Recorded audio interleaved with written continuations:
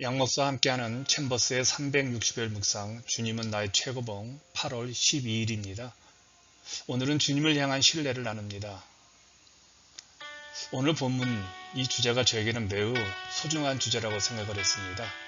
그 이유는요, 우리에게는 사람을 통해서 또한 우리가 처해 있는 환경을 통해서 너무나 자주 태풍이 몰아치고 있기 때문에 하나님 향한 신뢰가 너무 소중하기 때문에 그렇습니다. 오늘 주제 배경을 나눕니다. 마태복음 8장 26절 주님의 말씀입니다. 어찌하여 무서워하느냐 믿음이 적은 자들아. 제자들에게 찾아오는 풍랑, 그 속에서 두려움에 떠는 제자들을 향해 예수님께서 꾸중하시는 장면이죠. 이런 생각을 한번 해보았습니다. 이 꾸중을 통해서 주님께서 제자들에게 원하시는 것이 무엇일까요? 오늘 태풍 한복판에 있는 우리들에게 주님이 원하시는 것이 무엇일까요? 주님을 신뢰하라는 거겠죠. 주님은 우리의 두려움의 상황, 우리의 모든 답답한 환경에서 두려워하지 말고 주님을 전적으로 신뢰하라고 말씀하고 있는 겁니다. 우리가 두려워하는 이유가 무엇일까요? 여러분이 두려워할 때 뭘 하십니까? 우리는 하나님께 기도하는 것 말고는 할 것이 없지요. 그런데 챔버스는 이렇게 우리에게 권면합니다. 우리가 두려움 가운데 있을 때 기도하는 것보다 먼저 하나님을 향해 확실한 신뢰를 가질 것을 먼저 요구합니다. 챔버스의 말을 들어보십시오. 하나님은 주의 자녀들이 주님을 향한 확신으로 가득 차기를 바라시며 어떠한 위기에서도 하나님께서 그들을 보시기에 조금 더 변함없이 믿을 만한 자녀들이 되어줄 것을 기대하십니다. 우리는 어느 정도까지는 하나님을 신뢰하지요.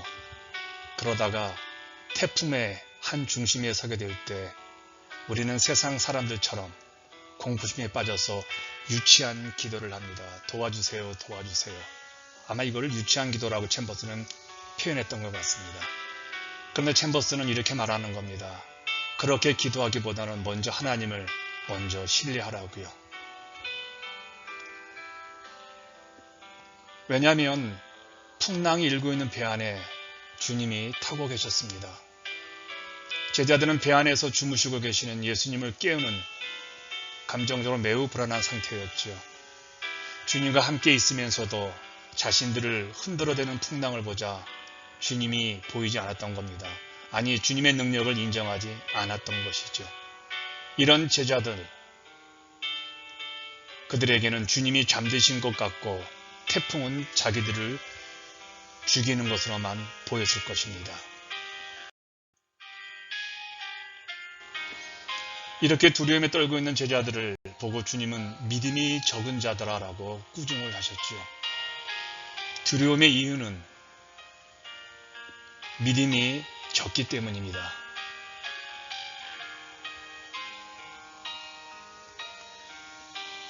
내가 살아가면서 두려웠던 그 순간을 한번 기억해 봅니다. 사람들과 관계가 불편하고 사람들과 관계가 헤어지고 또 여러 가지 육체적인 고통, 교회 목회의 환란의 바람 앞에서 내가 두려움에 빠졌던 유일한 것이 하나가 있다면 주님을 전적으로 신뢰하지 않았기 때문에 그렇죠. 주님이 내가 지금 겪고 있는 두려움보다 더 크신 분이라는 믿음이 나에게 있었더라면 나는 두려워하지 않았을 것입니다. 나의 문제는 주님을 신뢰하지 않는 것이 아니라 내가 처한 환경을 극복할 수 있는 내 능력만큼 하나님을 믿었던 것입니다. 내가 두려움에 떨었던 것은 주님을 향한 확신이 없었음을 보여주는 것이고 세상을 향한 하나님의 주권에 대한 확신을 잃어버렸기 때문일 것입니다. 이럴 때 주님이 저를 꾸중하셨습니다. 믿음이 작은 자야. 이때 저는 또 실패했구나 라면서 매우 괴로웠을 겁니다. 내 믿음이 이 정도로 작다는 사실 때문에 나는 좌절에 빠졌죠. 그렇게 지난 몇십 년을 주님과 동행하면서 주님의 말씀을 듣고도 그 많은 주님의 기적을 보고도 또 나는 실패했기 때문에 얼마나 내가 속상했던 적이 많았는지 모릅니다. 이런 질문을 해봅니다. 나에게 믿음이란 무엇일까? 가끔 나도 제자들처럼 두려움에 떨어져 또 실패했구나라면서 자기 연민에 많이 빠졌습니다.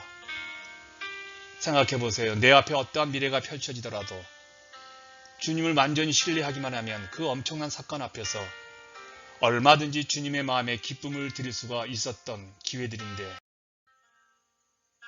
그 기회들을 두려움으로 놓쳤던 것들이 내 마음속에 지금은 쓰라림으로 나를 실패자로 몰아가고 있는 것이죠. 주님을 보지 못하고 태풍만 본 나는 믿음이 작은 자였습니다. 믿음은 신뢰이죠. 이제 안정감 있는 믿음으로 나아가야 합니다. 전 이 표현이 참 좋습니다. 안정감 있는 믿음. 하나님을 향한 안정감이 있는 그 믿음이 지금 우리에게 필요하지요.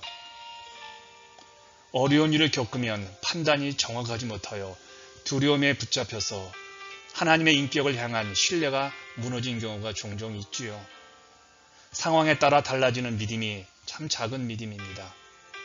사실 현재의 두려움과 미래의 불확실성에서 찾아오는 이 불안감은 온전히 주님을 신뢰하지 못했기에 찾아오는 것 아닙니까? 하나님의 인격을 향한 안정감 있는 신뢰가 하나님의 뜻을 인격적으로 분별할 수 있게 되어지고 온전한 믿음을 누리게 되어지죠.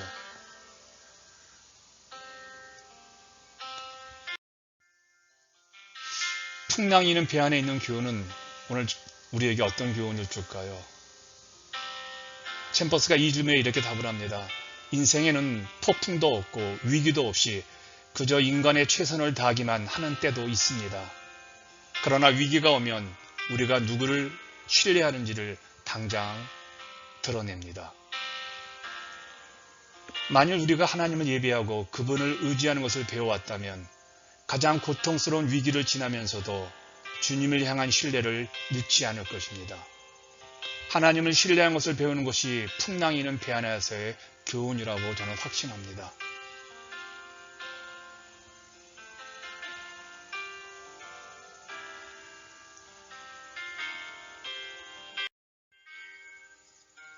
오늘 당신에게 묻고 고백하고 실천하길 오늘 이 교훈대로 한번 살아보기를 바랍니다. 당신은 삶의 풍랑 한가운데 있습니까? 당신의 모습을 주님이 기뻐하신다고 말할 수 있나요?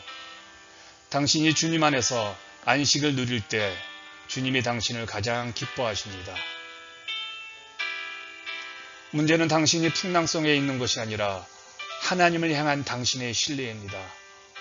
풍랑이 있는 바다 한가운데 서야 당신은 누구를 신뢰하는지 세상 가운데 불명하게 드러날 것입니다. 하나님을 신뢰하십시오.